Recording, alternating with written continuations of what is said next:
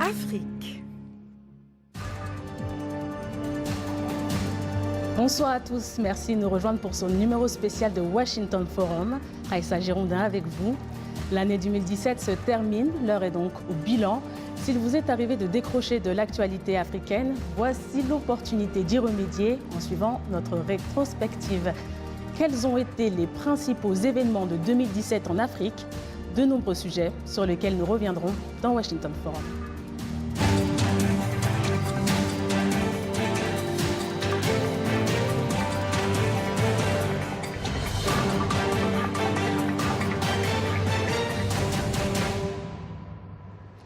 Bienvenue et merci pour votre fidélité à VOA Afrique.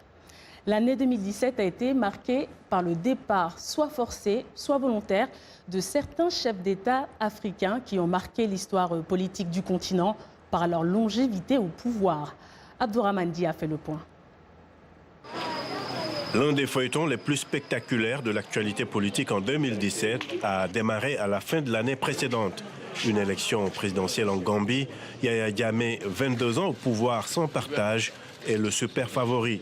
Mais coup de théâtre, il est battu par un inconnu, Adama Barrow, candidat par défaut d'une opposition décapitée par l'emprisonnement de son principal dirigeant. Le plus surprenant est la reconnaissance par l'homme fort de Kanilai de sa défaite devant les caméras. Je profite de cette opportunité pour féliciter Adama Barrow pour sa victoire. Mais c'était sans compter sur le caractère imprévisible de l'homme. Une semaine plus tard, il revient sur sa décision et demande l'organisation d'un nouveau scrutin, plongeant la Gambie dans une incertitude politique. Après 3 semaines d'intenses pressions diplomatiques et de menaces d'intervention militaire de la CEDEAO, il finit par quitter le pouvoir le 21 janvier pour s'exiler en Guinée équatoriale. Autre départ, mais beaucoup plus harmonieux et organisé, José Eduardo dos Santos quitte le pouvoir en août à l'issue d'une élection à laquelle il a décidé de ne pas prendre part après 37 ans passés à la tête de l'Angola. À 74 ans, il reste tout de même le président du MPLA, le parti au pouvoir, depuis l'indépendance du pays en 1975. Eduardo dos Santos espérait certainement passer une retraite paisible en s'assurant qu'un de ses poulains lui succède. Mais João Lorenzo, qui avait fait campagne sous le signe de la lutte contre la corruption, a pris des mesures qui ne sont pas passées inaperçues. Isabel dos Santos, la fille de son prédécesseur, a été limogée de la tête de Sonangol, la Société nationale des hydrocarbures, suscitant une tension entre les deux hommes. Le départ le plus surprenant et sans doute le plus spectaculaire est celui de Robert Mugabe, après 37 ans de règne, d'abord comme Premier ministre, puis comme président du Zimbabwe. Malgré ses 93 ans, il avait annoncé son intention de se représenter au scrutin présidentiel qui était prévu pour 2018. Mais l'insistance de son épouse Grace à vouloir lui succéder et le limogeage de son vice-président Emerson Mnangagwa ont précipité sa chute. L'armée dont les chefs sont proches de Mnangagwa ont forcé l'initiateur de la très controversée réforme agraire à démissionner. Une nouvelle ère pour le Zimbabwe s'ouvre sans violence et sans celui qui a toujours refusé qu'on lui parle de retraite politique.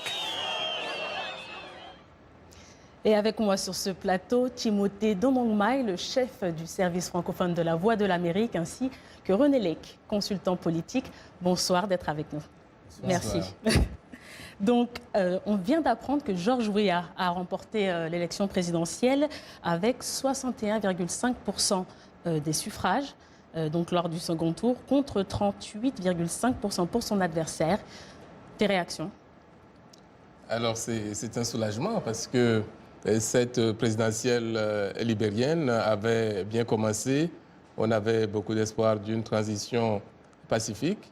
Et puis, il y a eu ce recours du candidat arrivé en 3e position qui a amené la Cour suprême à geler le second tour. Donc, il y a eu un nuage d'inquiétude qui a plané sur le Libéria. Mais Dieu merci, tout semble bien se terminer. Je pense que les Libériens qui ont une expérience d'un passé marqué par la guerre civile voudront conserver précieusement les acquis de la paix retrouvée, dont j'espère que les choses vont se conclure très rapidement et dans le bon sens. René? Oui, mais on reste, je crois, un peu dans le modèle des outsiders de 2017 qui gagnent les élections contre un peu l'establishment politique classique, même si George Weah a été lui-même quand même impliqué en politique depuis longtemps, mais battre un ancien vice-président, c'est remarquable. Donc ça fait penser un peu à Macron en France, Trump aux États-Unis.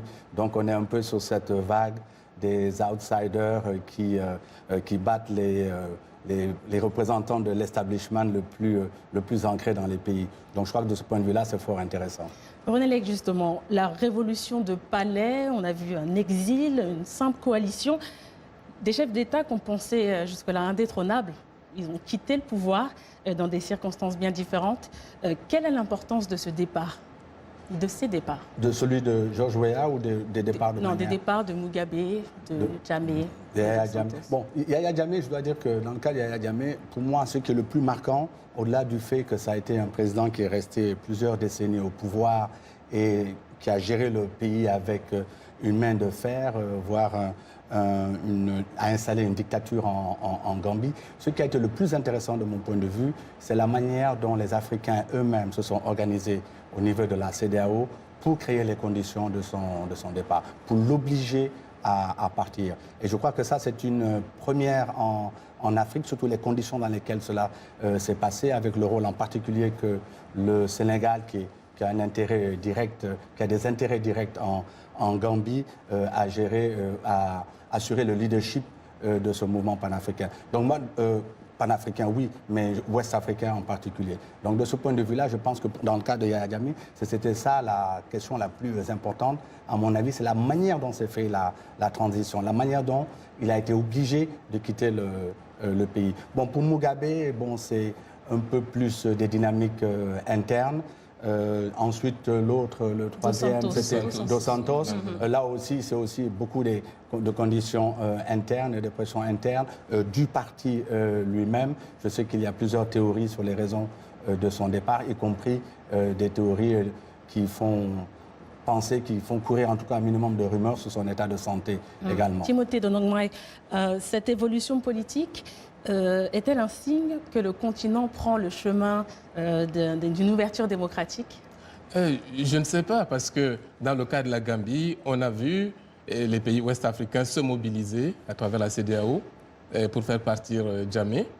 Mais dans le cas du Zimbabwe, par contre, on a eu du mal à savoir ce que les Africains pensaient, les chefs d'État africains pensaient de cette situation-là. Et notamment avec la position d'Alpha Condé. Voilà, il y a eu des appels à respecter la loi, ce qui n'était pas très clair. Est-ce que c'était une prise de position contre Mugabe ou contre les putschistes qui disent qu'ils ne le sont pas?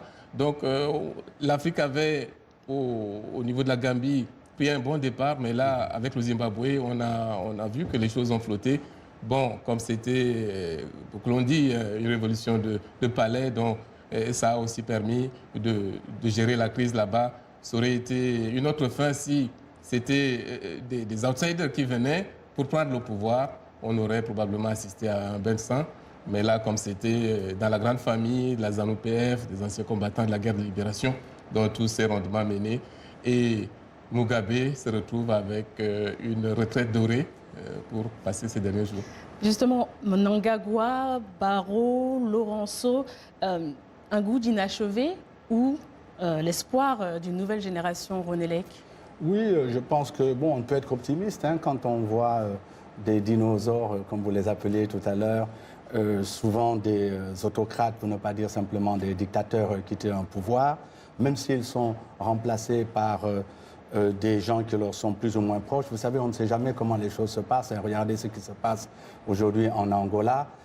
On a le sentiment que tous les éléments clés du système Dos Santos sont en train de sauter les uns après les autres.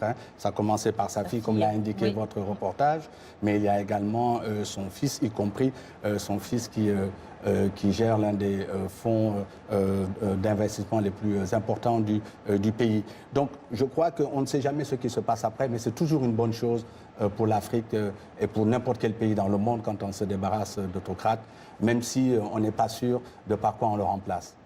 Notre prochaine escale, c'est la République démocratique du Congo.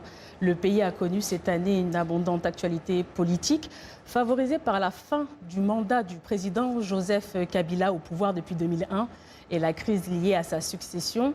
La région des Kasaï, dans le centre du pays, a été le théâtre de violences dénoncées par plusieurs ONG. Le point avec John Linden. 2017 a commencé en RDC sur une lueur d'espoir au lendemain de la signature d'un accord entre pouvoir et opposition sur la tenue des élections. Cet accord, laborieusement conclu grâce à la médiation de l'épiscopat congolais, devait permettre aux deux parties de co-gérer le pays durant la transition entre la fin du mandat du président Joseph Kabila le 20 décembre 2016 et l'élection de son successeur. S'il y a échec, c'est qu'il n'y a pas consensus. Et donc nous rentrons simplement dans l'application de la Constitution avec éventuellement des agitations que nous avons déjà expérimentées et que nous allons devoir gérer. Depuis sa signature, cet accord n'a véritablement jamais été mis en œuvre, opposition et pouvoir se renvoyant la responsabilité de son échec. Devant cette énième forfaiture, Joseph Kabila et son serviteur Corneille Nangaa ont déclaré la guerre au peuple congolais et se sont de ce fait disqualifiés. Entre-temps, le débat sur la présidentielle continue. Sous pression internationale, notamment celle des États-Unis, qui ont réitéré leur position lors de la visite en RDC de Nikki Haley, ambassadeur des États-Unis à l'ONU.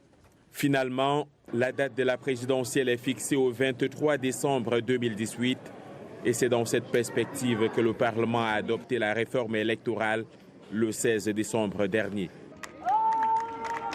Si elles ont lieu comme prévu, ces élections se dérouleront sans l'opposant historique Étienne Tshisekedi. L'ancien président de l'UDPS, qui a joué un rôle majeur dans la politique congolaise depuis plusieurs décennies, est décédé le 1er février à Bruxelles. 2017 a été une année particulièrement sanglante en RDC, notamment dans la région du Grand Kasaï, avec de violents affrontements entre les miliciens de Kaimouina Nzapu et les forces armées nationales. Bilan, plusieurs centaines de morts. Dans cette même région, 2 experts de l'ONU sont kidnappés le 12 mars.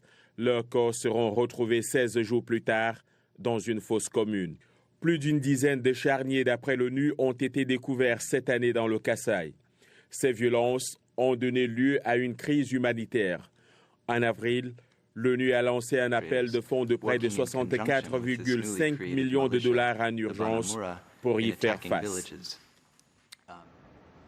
3 000 morts, 1,3 million de déplacés, c'est un lourd bilan. Timothée Donama, vos réactions? Oui, Dieu sait que le Congo a besoin de passer cette étape des élections et donc de se mobiliser pour faire face à toutes sortes de problèmes qui embrasent le pays. Malheureusement, l'accord de la Saint-Sylvestre, qui était censé mettre un terme à cette confusion, est interprété différemment par les partis. Du coup, on est à la case départ et avec peu d'espoir de voir un dénouement. Le pays est plongé dans une crise constitutionnelle depuis le report des élections de Joseph Kabila. René Lec, cette incertitude politique était liée aux violences. Oui, en fait, c'est ce que une partie, je dis à liste, au moins une partie de la classe politique pense, et même un certain nombre d'observateurs. Mais vous savez, pour préparer cette émission, je regardais un peu quelle était la prospective 2017, pour l'année 2017. Donc, il y a un an, qu'est-ce qu'on pensait qui allait se jouer essentiellement en 2017? Et la grande question que je retrouvais un peu partout, c'est est-ce qu'en fin 2017, Kabila sera encore président, sera encore le 4e président, toujours le 4e président du Congo? Apparemment, ça reste, c'est une évidence, c'est encore le cas, et au moins pour encore un an, semble-t-il. Mais je crois que le plus important aujourd'hui pour régler cette crise-là, c'est que le président Kabila réponde à la demande des médiateurs, et notamment de l'Église, qui lui demande de manière la plus claire et sans équivoque d'annoncer qu'il ne sera pas candidat aux élections de décembre 2018. Et jusqu'à présent, il ne l'a pas fait malgré l'insistance des médiateurs. Je vous propose 2 commentaires tirés de la page Facebook de VOA Afrique. Alphonse Boaki de Kinshasa. Les vieux dirigeants partent, mais il faut des départs soignés, qu'ils quittent par la voie des urnes voulues démocratiquement par le peuple, comme au Burkina Faso, et non par un coup d'État, un coup de force comme au Zimbabwe. Il y a un goût d'inachevé à la démocratie africaine. Deuxième commentaire de Kevin Kanyinda de Lumumbashi. Pour moi, l'événement le plus marquant de l'année, c'est la mort du leader de l'opposition congolaise, Étienne Tshisekedi. Sa mort nous a beaucoup frappés. Je lui rends hommage. Washington Forum revient après cette courte pause.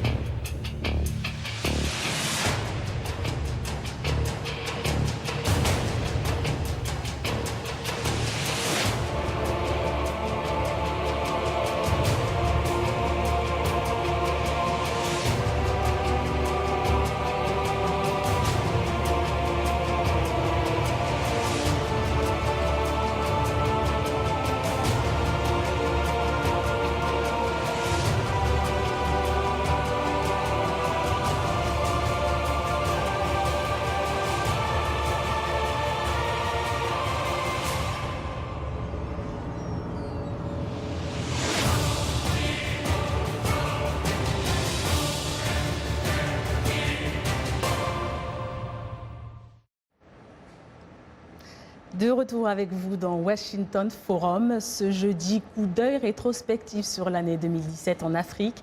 Nous avons déjà parlé des grandes transitions politiques et de la crise en RDC. Mais 2017 a aussi été marqué par de nombreuses attaques terroristes menées sur le continent africain. Plus de 340 attentats ont été perpétrés depuis le début de l'année en Afrique de l'Ouest, de l'Est et du Nord, essentiellement par des mouvements islamistes. Dili Diko fait le bilan de la terreur en Afrique en 2017 dans ce reportage.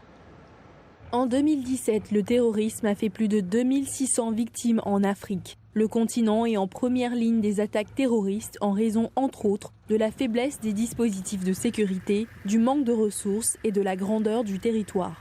En Afrique, la majorité des attentats sont perpétrés par 3 groupes de terroristes islamistes, Al-Shabaab, Boko Haram et les groupes islamistes sévissant dans le Sahel. Désormais, les groupes armés opérant dans la région sahélo-saharienne ne se limitent plus aux zones reculées, ils multiplient les attaques dans les grandes villes. Au Mali, le 18 janvier 2017, une attaque revendiquée par Al-Mourabitoun fait 77 morts. Toujours au Mali, le 18 juin 2017, les djihadistes s'en prennent à un lieu de villégiature situé dans les environs de Bamako, le campement Kangaba, bilan 6 morts. Au Burkina Faso, le 14 août 2017, une attaque de l'AQMI fait 19 morts au restaurant Aziz Istanbul à Ouagadougou. Au Niger, le terrorisme a fait 78 morts cette année.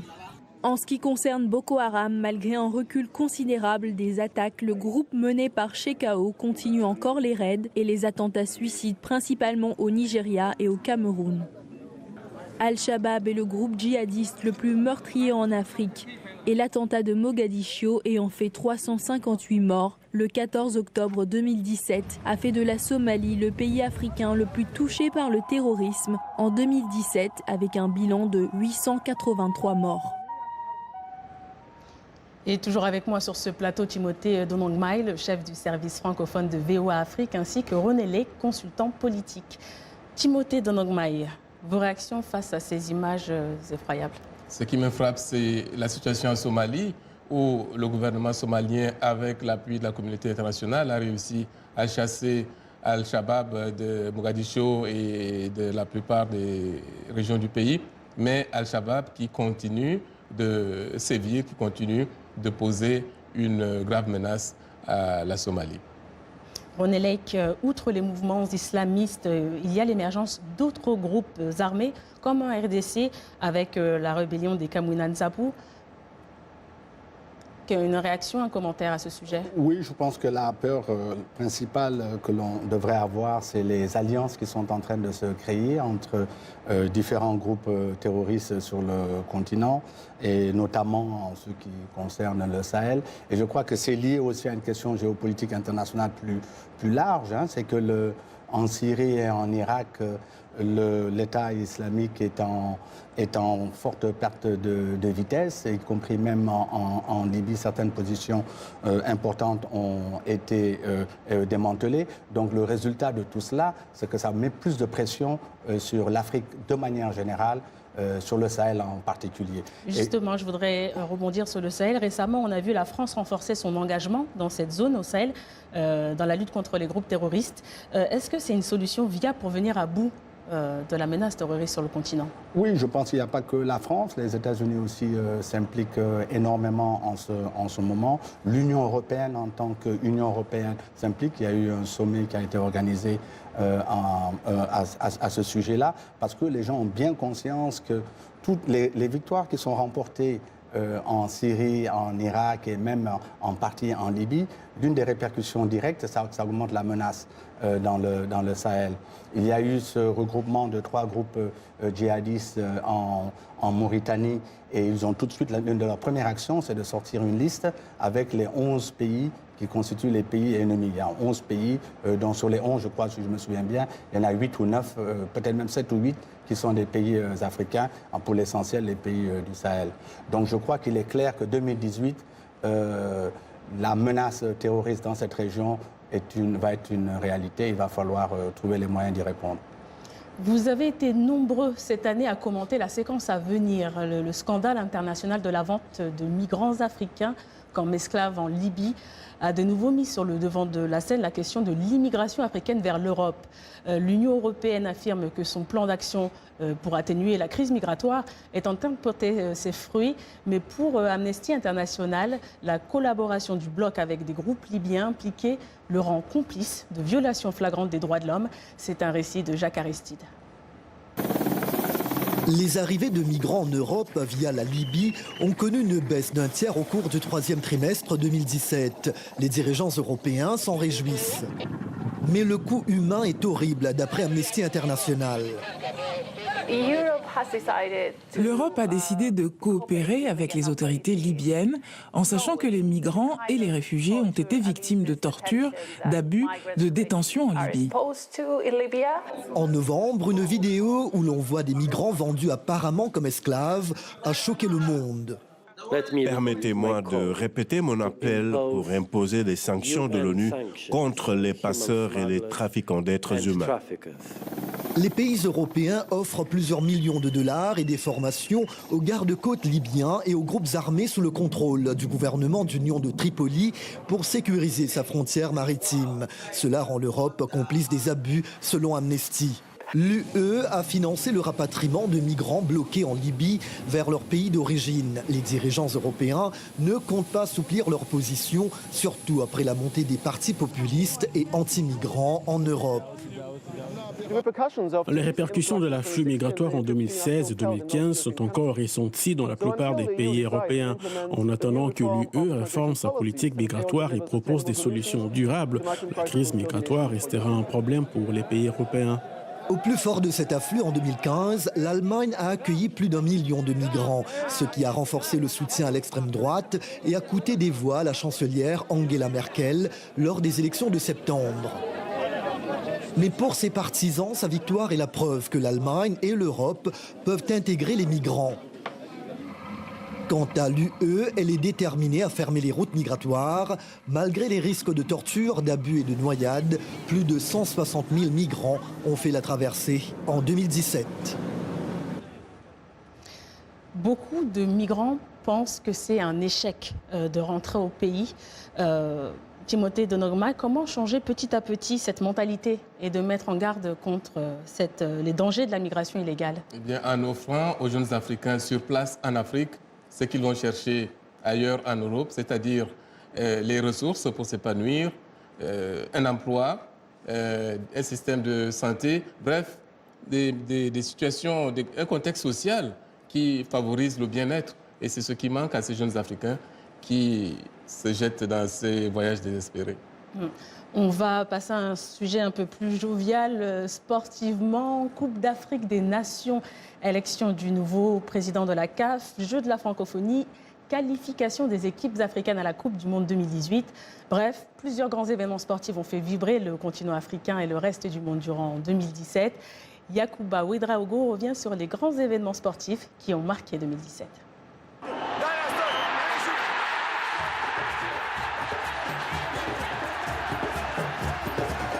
2017 a commencé en grande pompe en Afrique avec la Coupe d'Afrique des Nations. 15 ans après, le Cameroun retrouve le trône en battant l'Égypte en finale 2-1 le 5 février au Gabon. Les Lions indomptables reçoivent le trophée des mains de leur compatriote Issa Hayatou, alors président de la CAF. Coup de tonnerre en mars, Ahmad Ahmad a défié tous les pronostics au cours de l'élection à la présidence de la Confédération africaine de football. Le Malgache a mis fin au règne du Camerounais Issa Hayatou, en poste depuis 1988. Le nouveau président de la CAF lance dès le mois d'août une révolution avec le passage des pays participants à la CAN de 16 à 24 et ce, dès Cameroun 2019. S'en suivra une grosse polémique avec des soupçons sur la volonté du Malgache de vouloir retirer l'organisation de la compétition au pays de Paul Biya qui peine à accélérer les travaux. L'Afrique a aussi vibré pendant les éliminatoires du Mondial 2018. Le Nigeria, le Sénégal, l'Égypte, le Maroc et la Tunisie représenteront le continent en Russie à l'été 2018.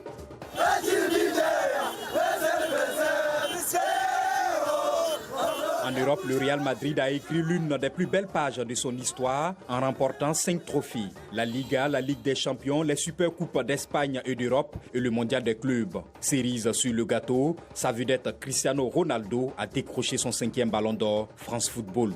La balle au panier, elle, a souffert sur le continent en 2017. L'Afrobasket a peiné avant d'obtenir 2 terres d'accueil, Tunis et Dakar. Sur ces terres, la Tunisie a remporté la finale en battant le tenant du titre, le Nigeria. Les Super Eagles ont toutefois été soulagés par leurs homologues dames, les 10 Tigers, vainqueurs de l'Afrobasket Dames 2017, devant le Sénégal lors de la finale à Bamako. En athlétisme, un nom a marqué les esprits en Afrique, surtout Marie-Josée Talou. L'athlète ivoirienne a fini sur le podium des mondiaux à Londres, 2 médailles d'argent aux 100 et 200 mètres. Elle, dont le pays a réussi avec brio le pari d'organiser les 8e Jeux de la francophonie. Les performances de cette sprinteuse ne peuvent toutefois pas cacher la retraite de la rockstar de l'athlétisme, Usain Bolt.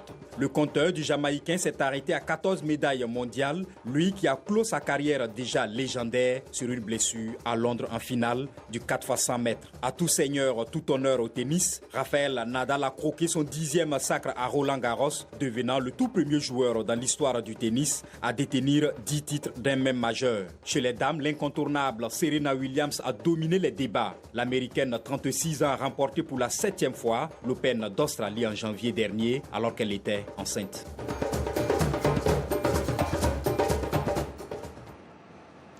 Donc, très rapidement, quels sont vos pronostics pour le mondial de 2018 concernant les 5 équipes africaines? Bon, en bon sénégalais, mon pronostic, c'est que le Sénégal ira au 2e tour.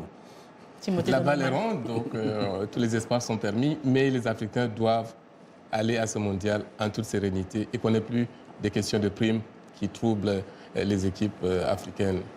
Ainsi s'achève ce dernier Washington Forum de l'année 2017. Un grand merci à nos invités, Timothée Donongma et René Lake. Merci à toute l'équipe pour sa collaboration et bien évidemment merci à vous, chers amis fidèles de la VOA. Bonne fête de fin d'année et rendez-vous en 2018 pour une actualité tout aussi fournie et palpitante sur VOA.